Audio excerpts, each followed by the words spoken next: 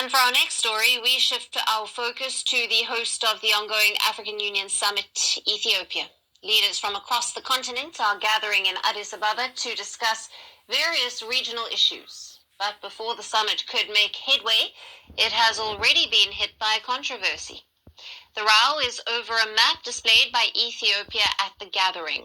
During an African Union Executive Council session, which was taking place at the headquarters in Addis Ababa, Ethiopia displayed a large poster of the map of continents. It intended to feature each country's flag over its respective map. And this is how it looked. The map behind the president of Ethiopia included parts of Somalia, Djibouti, and Eritrea within its borders.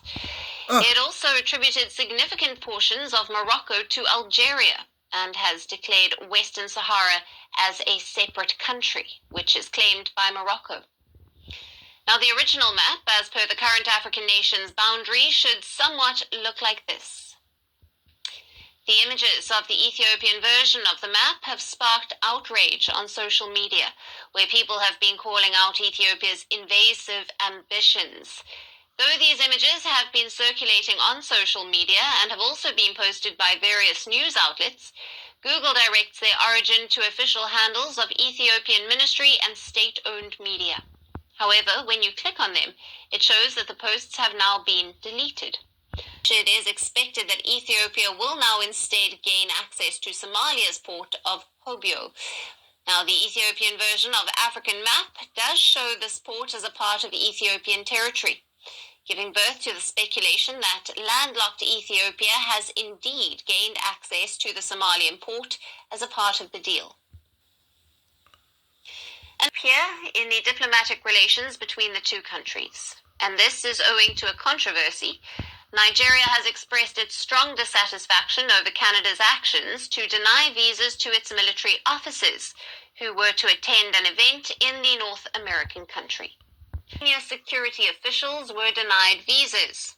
He called the move disrespectful and boldly declared that the North American country could, quote-unquote, go to hell. CDS revealed that he and other military officials were blocked from attending an event in Canada that was meant to honor Nigerian war veterans. The Nigerian CDS said that he was invited along with his team to Canada, but added that while half of his team got visas, the other half were denied. That this was a clear reminder that the people must stand strong as a nation and should no longer be taken for granted. A debate on social media. While some praised the National Security Advisor for standing up to Canada, others commented that Canada did good by denying the military officials a visa. For any reason as to why it denied visas after extending an invite to senior Nigerian military officials. Figure in one of his first public engagements following revelations by former EFF member and MP Mbuyiseni Ndlozi, and being branded a quote-unquote international criminal by Trump's advisor Elon Musk. Why do you make me an international criminal for asking for dignity of black people? I've not committed any crime against anyone except to say, let's restore the dignity of black person. If you don't have the land, you will never have dignity. Malema also addressed the unfolding situation in the DRC, which saw South Africa lose 14 of its soldiers. The EFF leader reiterated his call for the withdrawal of the SANDF. We are not refusing our soldiers to go to DRC. We are simply saying withdraw them because we are not ready to go anywhere. Once we have prepared ourselves enough, we can go to DRC. Seemingly in a swipe at former EFF members, Malema also charged that he will never be broken by that which did not build him. I lost my brothers now, turned against me. And I never looked back. I've never, not even once, doubted myself when my brothers turned against me. It is not for the first time that the brothers turn against each other. It's there in the Bible. It doesn't start with them. So why should I be a crybaby when they turn against me? Malema, however, could not be drawn on Ndlozi's revelations of an intelligence report on the alleged infiltration of the MK and the EFF, as well as Ndlozi's absence from the party's conference being attributed to his suspension. Kani Maphanga, SABC News.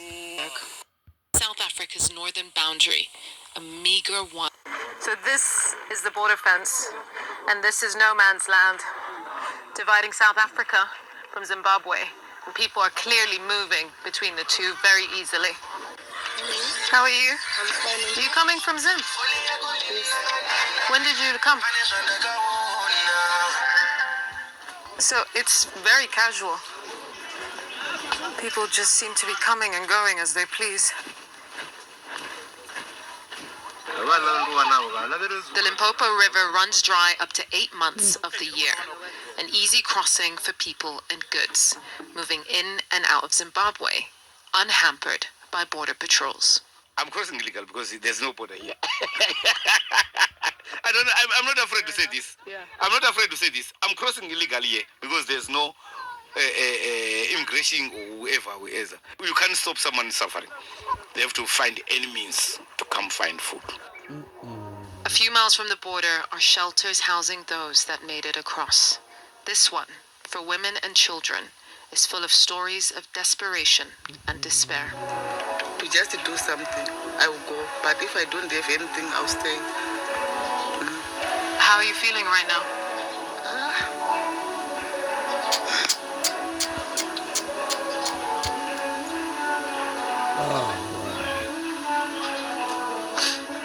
My life is too tough. It's very difficult. For some, the crossing isn't so easy, entrapped by smugglers promising a better life. This 14-year-old girl was trafficked here with her sisters 2 years ago and hasn't seen them since. I've gone through a lot, like they will pass through people, were robbing people. Some of them were taken away and some of them were raped. Then I ended up living here in this shelter. On the floor. Men too are battered and bruised as they pass through shelters, on their way to South Africa's big cities looking for work. For many, Johannesburg is the goal, the city of gold known for its mining. Now a trap of poverty and persecution. It is rare access into one of Johannesburg's hijacked buildings. This used to be a hospital and now it's home to hundreds of people who can't afford to live anywhere else. It is decrepit, it's falling apart, there's rubbish everywhere. This is not a livable situation. Water. People drink from this. People use this water for everything. In these corridors, children spilling out of the small rooms. But other corridors, burnt and blackened, speak to the death that's come from this destitution. 3 kids died in here. Some of the community tried to somehow rescue or switch the fire, put the fire off, buckets and everything. As you saw, our water supply is very slow, so we couldn't make it in time. So there's a kid that died holding this buckler like this. But for some foreigners who make it here, there's little other choice. So you'd rather be in this hijacked building than be back home in Zimbabwe? For the meantime, if I go back home, there's nothing that I'll be doing. This is the place for those who have nowhere else to go. Human rights attorney Nomzamo Zondo has represented the residents of 120 unlawfully occupied buildings. She says undocumented immigrants are being blamed for conditions here in the inner city after walking through open borders. The call, I think, has to be one that says, once you are here, how do we make sure that you are regularized here, that you know who you are and you contribute to this economy? And therefore, we actually need to have a conversation around what we do to fix the country, as opposed to thinking that just simply pushing out, hating, hurting our African brothers will help us. There's a growing call for the mass deportation of illegal immigrants, a rallying cry here in Soweto. Once a fringe xenophobic witch hunt, Operation Dudula has become an organized movement with increasing support. Many people here, they don't work, and the illegals are working, and of which is not fair to the South Africans. So when the modern South African state was made in 1994, Mandela felt strongly about having open borders, about welcoming Africans from across the continent. What do you think about that? I think that is the highest level of sellout. You can't. When South Africans were in exile, they were in camps, and they were restricted to go to other part of those countries. So why do you allow foreigners to go all over in South Africa and run business and make girlfriends? And I mean, South Africans, they can't even have their own girlfriends because the foreigners have taken over the girlfriend space. From the girlfriend space to the employment space, pressure is on the authorities to arrest and deport undocumented people, even on a Thursday morning on their way to work. So what happened here? He doesn't have any document. We ask him to give us proof of identification. He doesn't have. We ask him if he has an ID. He doesn't have any ID. He has never had one. He was born in Zimbabwe.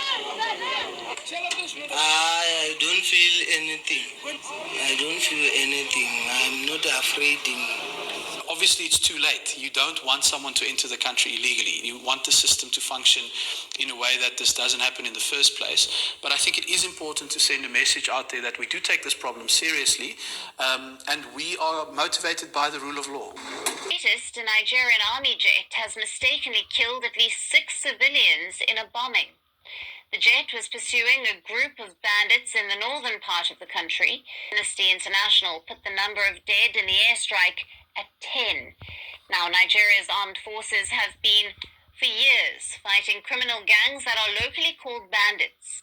In recent months, Nigeria has been conducting several air campaigns against these groups, which usually operate in vast forest enclaves. But unfortunately, some of them have hit innocent civilians. Looks like this. From humble beginnings to the heights of fine dining, African flavors are gaining the recognition they deserve. We are seeing more, West African restaurants open, and we're glad that they're becoming huge successes as well. So we don't think it will stop with us. The idea is that it continues, pretty much to grow the interest, and that's how it stays. That's how West African food or African food at large becomes a mainstay. Whether it's the refinement of Michelin-star restaurants like Coco or the lively energy of street food, it's looking like the flavours of Africa are here to stay. Nora Fakim, Africa News, London. On Sunday, the Rwanda-backed rebels overran Bukavu, the second provincial capital to fall to the M23. In an impromptu address to a few dozen residents, a rebel commander promised to restore order in the city, abandoned by its Congolese and Burundian defenders. When the old regime was in power, it was a jungle. It's been 60 years that you've been living in this. 60 years is too much. We're going to clean up the disorder left over from the old regime. We know that this will take time, but if we work together, it's possible. Many of Bukavu's residents had fled as soon as the rebels began advancing south from Goma, the capital of North Kivu province, that they took in late January. He told us that there will be no problems, that for people who are hungry or for people who have money in the bank, there will be no problems in the days to come. They will tell us how to proceed. The fall of Bukavu represents the most significant expansion of territory under the M23's control since this latest rebellion started in 2022. At the African Union Summit in the Ethiopian capital Addis Ababa, United Nations Secretary-General Antonio Guterres issued a stern warning. Speaking on Saturday, he said the Democratic Republic of Congo's territorial integrity must be respected and the conflict in the east of the country halted. In the Democratic Republic of the Congo, the Congolese people have been suffering yet again from a brutal cycle of violence. And the fighting that is raging in South Kivu as a result of the continuation of the M23 offensive threatens to push the entire region over the precipice. Regional escalation must be avoided at all costs. There is no military solution. The deadlock must end, the dialogue must begin, and the sovereignty and territorial integrity of the DRC must be respected. Rwanda-backed M23 rebels have captured swathes of the DRC's mineral-rich eastern region, including the key city of Goma, and on Friday said it had entered the second-largest city, Bukavu. Former Mauritian Prime Minister Pravind Jugnauth has been arrested. The state-run Financial Crimes Commission on Sunday said he's facing charges of money laundering. Jugnauth was taken into custody following searches by detectives from the commission at different locations, including his residence. It says they found and seized cash to the value of almost $2.5 million from a business linked to him.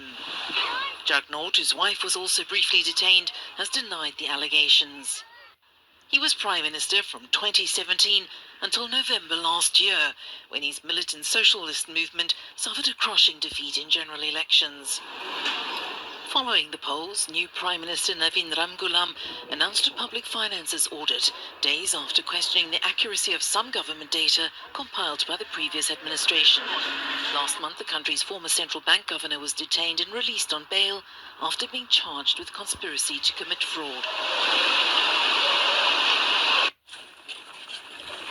The ambassadors of the United Kingdom and the United States brought flowers to the grave of late Russian opposition leader Alexei Navalny on Sunday, marking the one-year anniversary of his death.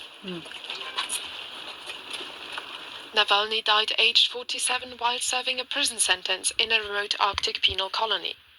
The prominent opposition leader's passing triggered shockwaves in Russia and around the world, with allies and his family accusing the Kremlin of ordering him to be killed.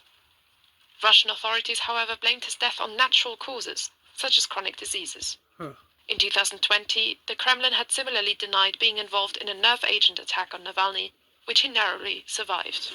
While the Democratic Republic of Congo continues to experience the highest burden of the virus, there's also a high number of cases in Uganda and Burundi. And multiple other countries in Africa, including Kenya, Rwanda and Zambia, have reported community transmission of the virus. Travel-associated cases of Clade 1b have been identified in Zimbabwe. In addition, a total of 38 cases linked to the strain have been reported in 13 countries outside of Africa, with no fatalities to date. As of the end of last year, there were a total of close to 125,000 confirmed cases of Mpox worldwide. Trump on Saturday and gathered at the US Embassy in Pretoria held placards that read, "Thank God for President Trump," and displayed other messages criticizing what they see as racist laws. We just want to say to America and to the West, despite the foreign policy decisions the South African government had taken in the past 2 decades, the West does still have a friend here in South Africa. Were from the Afrikaner community that Trump focused on in an executive order a week ago that cut aid and assistance to the black-led South African government. Of the 30 years is that we have a divided country that focus on a point to a government is literally placing policy and positioning South Africa as a divided nation, and in that in itself it corrupts in different levels. It brings the concept of peace and reconciliation. The South African government has denied its new law is tied to race and says Trump's claims over the country has been full of misinformation and distortions. In a dramatic exchange, 3 Israeli hostages were released by Hamas militants in the southern Gaza Strip as part of a ceasefire deal. The men, Eyad Horn, Sagi Dekel Shen, and Alexander Trufanov, were abducted during the October 7th attacks that sparked the ongoing conflict. They were paraded before a crowd in Gaza before being handed over to the Red Cross and transported to Israel for medical care and reunion with their families. Hello, I'm Charles Gitonga, and here is what's coming up for you on this edition of Focus on Africa. We'll be taking you to the Seychelles, not on holiday, but to find out why global powers like the United States see it as a significant place. So important, in fact, the US decided to reopen its embassy there after a 27-year hiatus. Even though the embassy was closed, there was no break in relations. But I think the fact that they've now decided to reopen the embassy and have an ambassador based there is probably more to do with sending a signal, particularly to China. And how it really does take a village to raise a child. We'll hear about the experiences of African parents in the diaspora. You can imagine my shock when I was struggling. I'm in a dream place, I'm in a dream country, but I'm struggling with parenting. I'm struggling with the very, very basic unit of society, raising my children, and feeling like I do not have enough help. I can't afford it. It's Tuesday, February 11th. First, we go to the DRC. In January this year, DR Congo's Justice Minister, Constant Mutamba, said a total of 127 people will face the death sentence. Those sentences were allegedly linked to criminal gangs, commonly known as Kuluna or bandits, and had been transferred from the capital Kinshasa to Angenga prison in the northwest DRC for execution. The minister had also said that the men were aged between 18 and 35 years and had been involved in urban violence. Now, the DRC government announced it would resume executions in 2024 following a 2-decade hiatus. Authorities have claimed resuming executions would help combat urban gangs, a claim which rights groups say is unsupported by any evidence. Whilst some residents welcomed the announcement as a means of restoring order and security in the cities, others were concerned about the risks of abuse and human rights violations. Espoir Muhinuka, a human rights activist, said, and I quote, "The situation in the DRC is complex and requires a multidimensional approach. The fight against urban gangs must go hand in hand with efforts to combat poverty, unemployment, and social exclusion, which are often contributing factors to crime," unquote. I've been speaking to a Congolese lawyer, Dr. Serge Kamunga in Kinshasa, who has a particular interest in this case. I began by asking him to first tell me who the Kulunas are. Kuluna here in Congo, it originated from Portugal, and it refers to youth gangs and spreading terror in Kinshasa. They attack innocent people and with machetes and knives, and at night, even during the day. Are they robbing people, or what's their motivation? Most of them, they are homeless people. They are jobless people. They don't have any activities. That's why they attack people. They look for jobs, and when they lack jobs, they do whatever they can do. And some also is a lack of education. They are along the street at night. When you go out, they can really attack you. So the Congolese government says that they are going to punish them by death. How are the authorities able to identify who is a Kuluna and who is not? As lawyers, it's difficult to identify because amongst the people that they arrest, there are some innocent people. For example, in our law firm, we have one of our clients coming from a church, and because he was walking by himself, and he got arrested. And for they to be able to identify or verify their age, it would mean that most of those arrested have some form of ID in DRC. Yes, the question you raised is also the big problems that we are facing, because most of offenders, they had no identity cards. Some said they were minors. They asked for blood test. That's what is not sure to determine really the age, because with the law on protection of child in our country, the law provides that in the case of doubt as age, and the presumption of minority prevails, but they don't take account into that. Some of children who are in the street, they don't have ID cards. Why are they carrying out blood tests on those arrested? In our law, the protection on the child, Article 110, they say that first they have to do the medical to check the identity, but we don't know why. That's why we say it is unconstitutional. Okay, why the blood?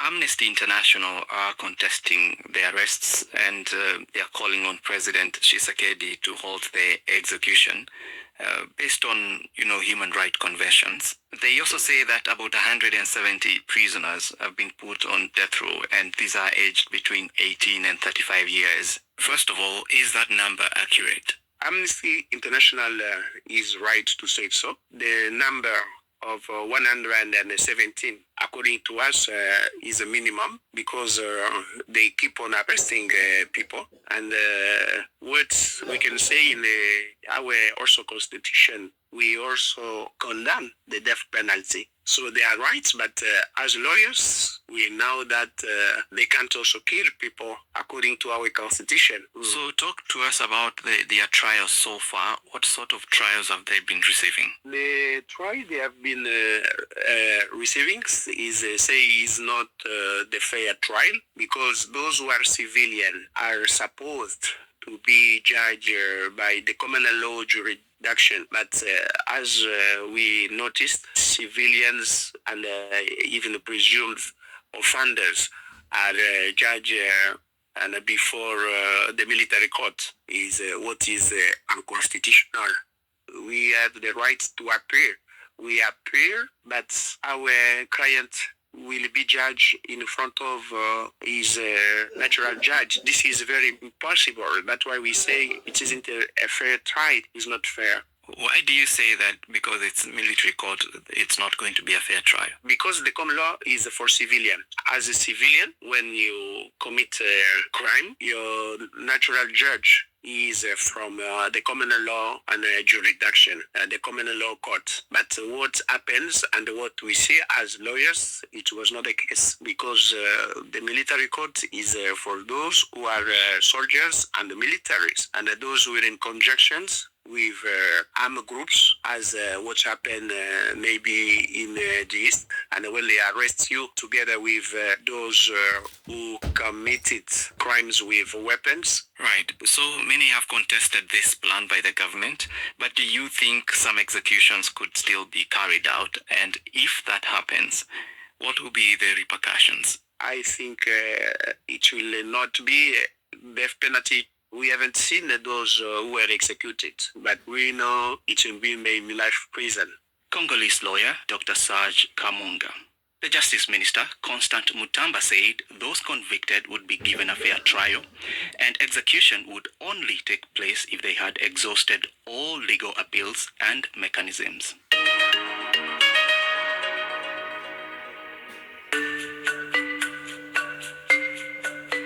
To Seychelles now, where the United States of America reopened its embassy mid-2023 during President Biden's administration after 27 years. In that time of absence, China and other U.S. rivals made significant inroads in the archipelago and other Indian Ocean islands.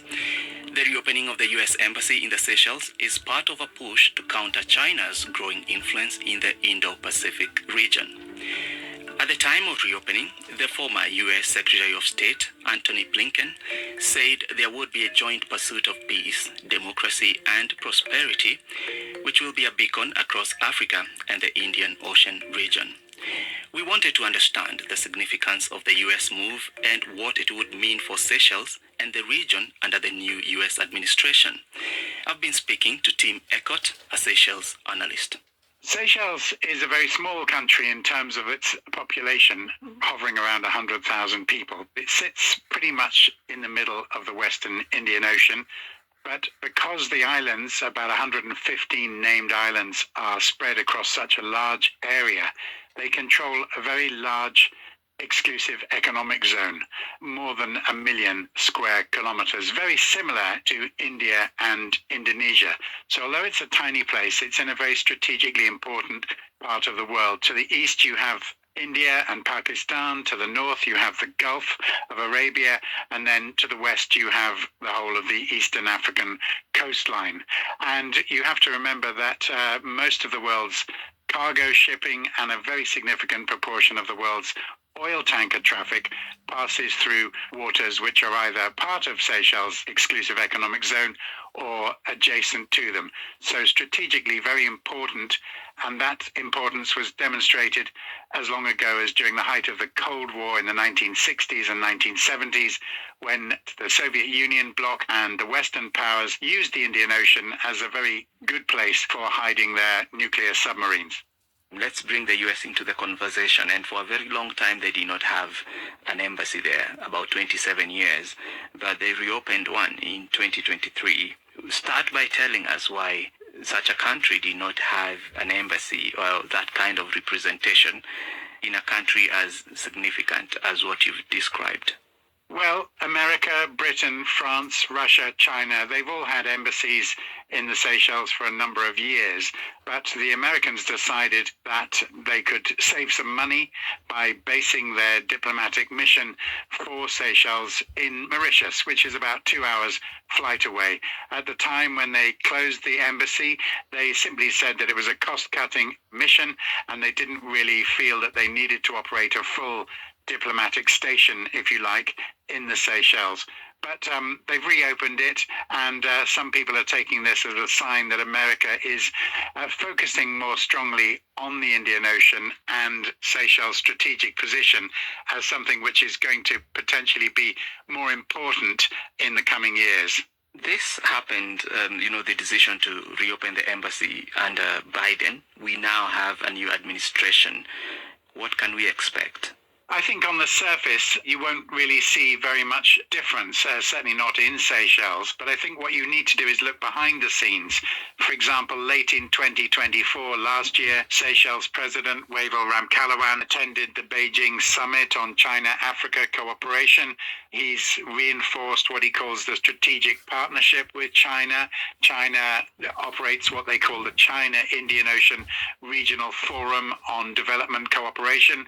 They provided, for example, significant quantities of vaccines to Seychelles during the COVID. They've committed funds to a new social housing project, which is due to begin next month. They provided funding for the Seychelles National Assembly, and they send regular teams of doctors to Seychelles to carry out emergency medical treatment. So I think what's more interesting is not what America is doing, but what's China doing, how are relations with the Gulf states, how are relations with India. And given what President Trump has said about taking a tougher stance with America's enemies, but also collaborating with countries with whom America is an economic rival, like China, for example, those are the things which I think we should look at rather than the simple presence of an ambassador. And do you think the competition and between the US and China will impact Seychelles positively or negatively? Because you've said about all the things that China has been doing in Seychelles in the meantime. Well, the last time President Trump was in power, during 2017, he had something called the Free and Open Indo-Pacific concept. He talked about collective security, nations in the region being independent and free to carry out trade without any kind of hindrance. But you've also got to look at what American analysts call the String of Pearls initiative from China, which is setting up friendly bases or operating ports or strategic facilities across the Indo-Pacific, which, of course, may be innocent and to do with business and trade, but are potentially, of course, things that would have military value. And right now, people listening may be well aware that The Chagos archipelago, just to the north and slightly to the east of Seychelles, is where America has a very significant military and naval facility. But there are strong signs that the British government may be about to give the Chagos archipelago into Mauritian control. Now, Mauritius is famously very closely allied to both China and India. It's reasonable to suppose that perhaps the Americans are watching those developments. And even though under the deal that Britain may do with Mauritius, Chagos may remain an American base under a lease arrangement, you would be very foolish if you were the American president to assume that that situation would continue forevermore. Seychelles analyst Tim Eckert say it takes a village to raise a child, an old proverb that many live by on the continent. But for those who move away from home to seek better opportunities overseas, relocating can often present many challenges, especially when it comes to raising children. That's due to the lack of support in the countries where they move to. For example, extended families would have offered support in terms of childcare on the continent. It's a luxury, though, that is absent in the diaspora, especially if you live in the West, where childcare is also very expensive. Enjo Okundaye from Nigeria now lives in London. He's a single father. I came here to acquire a master's degree, and, coming to London, I had to, be away from my son. He was 5 years old then. He's currently 7 now. I decided to bring him over, and the cost wasn't friendly. And with my son eventually, coming to London, staying with me, it became a bit more stressful because where I'm working, I have to resume work 8 a.m. The earliest my son's school open up is 7:30 a.m. So that forced me into getting a childminder that I drop my son with in the morning before I go to work. And in a month, that's £400, which is roughly $500 US. For him, now he's being exposed to strangers, people he does not have that emotional connection with, compared to Nigeria, where he has family members, plethora of well-wishers, even neighbors. That was Angel from London. Patience but now lives in Switzerland. She decided to take up a job with an international organization. She's a mother of 2. Her children are 6 and 12 years of age. When she got the job around 10 months ago, she seized it with both hands and decided to bring her children and husband with her. But what she had pictured as a new and exciting chapter for her family turned out to be a nightmare. The absence of extended family left them feeling overwhelmed and out of pocket, with childcare costing up to 5,000 Swiss francs in some cases. I caught up with her. Let's listen. Charles, when I moved from Uganda to Switzerland for my dream job in health advocacy, it was exciting. It was everything that I wanted, and I was eager to move with my family to go and explore, to possibly find a better life. I thought it would be easy, but for me, it was quite shocking to move to Switzerland and see some of the realities, because as an African moving to the Western world, you will expect that it will be picturesque, it will be ideal. You live just the 4 of you, mother, father, and your children in a nuclear setting, as opposed to the African setting, which is extended. What I found was that it is in fact very difficult to raise a family with just you and your partner. We found ourselves in a situation where suddenly we were the teachers. Every evening during the breaks, having to fill in and do the homework. Back home in Uganda, we would have had elder cousins helping with that. We also found ourselves in a situation where we had to play with the children all the time. There was no several children available to play and spend time with the children. We were their companions. We were everything to the children. At the same time, we had to do house chores. At the same time, we had to maintain careers. Right. You gave us a sort of a few nuggets here and there as you talking earlier, but how is it done in Uganda?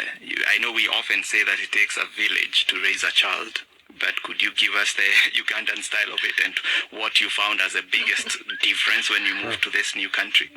For me, it was just the way I did the most as a mother in Switzerland because it was just me and my partner. Nobody saw motherhood the way it would have been seen in the Uganda setting.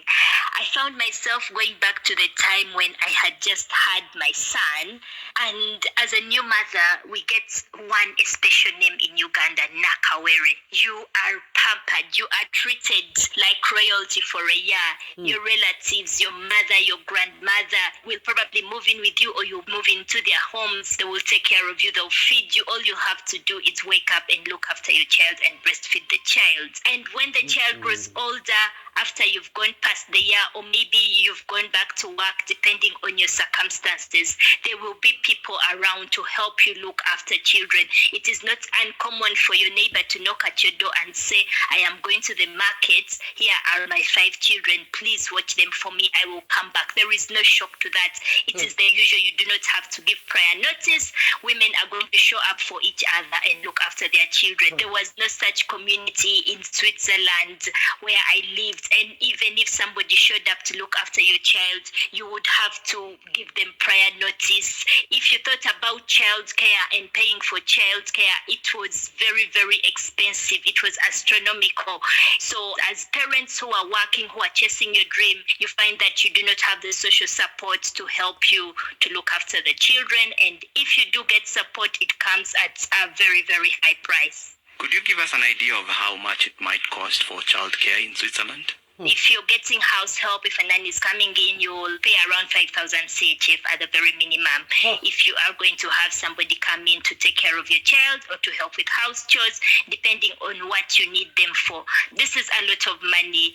If you are going to pay for childcare right from your salary, then you might not have enough. So how did you and your husband then go about settling in and embracing this new style of childcare that you are not used to? We had to accept our reality, but we also got to really, really appreciate the people who helped us raise the children. Thinking of the grandparents who help with the home errands and us having to give our time to do the errands, to do the pickups with children, the cousins who surround us who help with homework, but also seeing our home with the new lights and appreciating it a little more and just thinking maybe perhaps the best thing is to go back home. The best thing is to take our children back where there is family, where there is love, where there is sunshine, and where they'll grow surrounded by family. So at the end of December, 10 or so months into moving into Switzerland, we actually decided to go home and resettle the children back into Uganda and find a way to live between Switzerland and Uganda and to make sure the children get the best of both worlds. What do they think, the children? They couldn't wait to go home because they too felt it. They felt like there was something missing. Family was missing. They actually influenced the decision a lot because their happiness is important even as we chase the dream. Patience Akumu speaking to me from Kampala, Uganda. Climate change. I'm going to visit the north of my country, where hundreds of thousands of families have lost their homes in floods.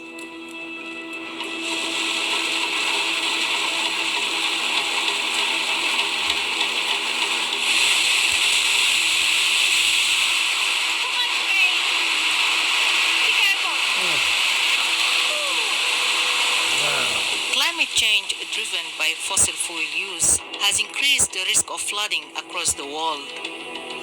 I've heard oil pollution in the area is making a bad situation even worse. The oil in the environment and in contact with the human being is a silent killer. So with this flood right now, it is a disaster. You can see the flooding waters here. Look at the water and look at the Kamdi site. The only thing that's supporting those people is this long water dive to keep them dry and safe. I've managed to get rare access to the area to try to see what's really going on.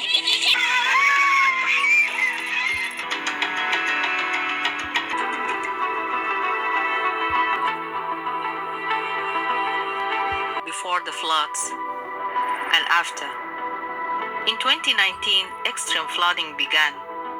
At the flood's peak in 2022, Up to 70% of Unity State was underwater. More than 700,000 people have been affected across the country. Tens of thousands moved into Bentiu camp.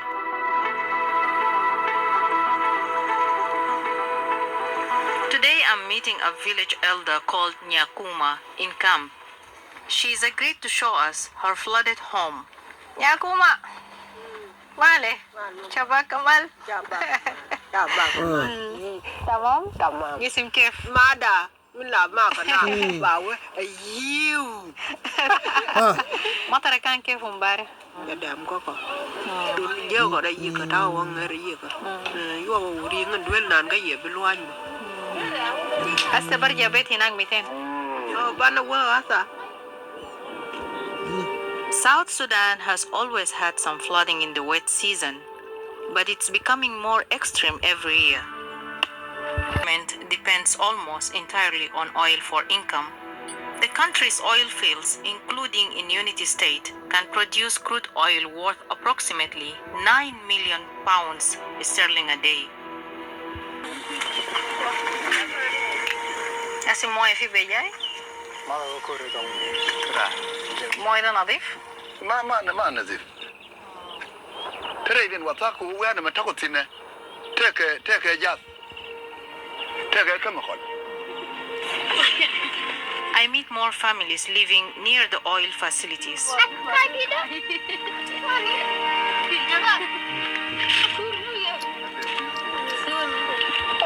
محل chemical ما صعب محل.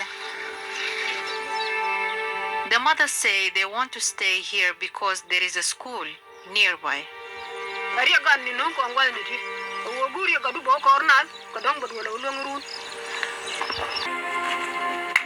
يا كوما صباح الخير كيف؟ مالي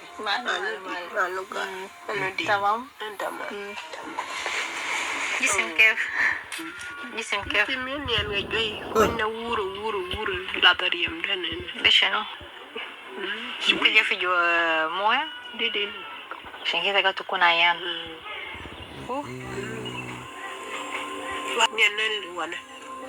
بس جسم سخن ولا بارد؟ بارد. ما في ملاية تغطي؟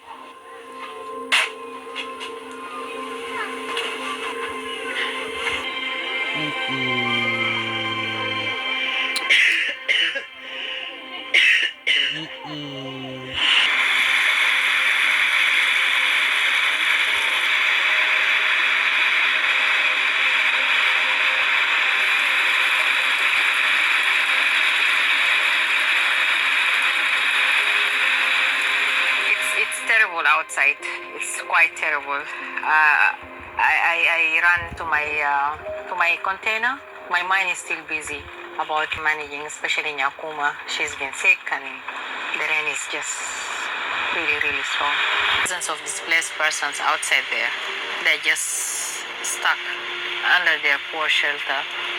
And the water level also it's rising. Coming all the way this side, interacting with the people, especially women and children, it's a different world. It's catastrophic. To children born with deformities. I know that also in most of the villages, it's only areas that are around hospital where those cases are reported, but most cases are not reported. You have any evidence, photos you can share with us? We have reports from hospital. I have many photos. So yes, there are evidences. This is one child. This is the other one. They are twins. So they were born in Parian Hospital. Actually, that was last April. There are so many cases, but this year all of them died except this one. This child is still alive. It was born in Pamir, in Jamjang, Ruwe. Mary says after mounting pressure, the government launched an environmental audit last year. So samples from the human blood, from their hair, from soil, from water were taken and sent to laboratories. And when it was launched, the government declared that the results will come out in 90 days. And I think that was last September. Petronas, part of the GPOC oil consortium in Unity State, announced it was pulling out of South Sudan. The government is blocking it from selling its assets, saying they are legally obliged to pay for an environmental cleanup first. Meanwhile, the government still has not released any environmental audits of the area. The government had said they will produce an audit report in 1 year. Where has the 1 year ended? Why are they delaying in publishing the audit report? Why? All these wells will dry off. Chinese will leave. Indian will leave. Petronas has left. What have they left with South Sudanese now? A cry. Money come, money go. But life is more precious. The environment will never come and go again. The environment is there permanent.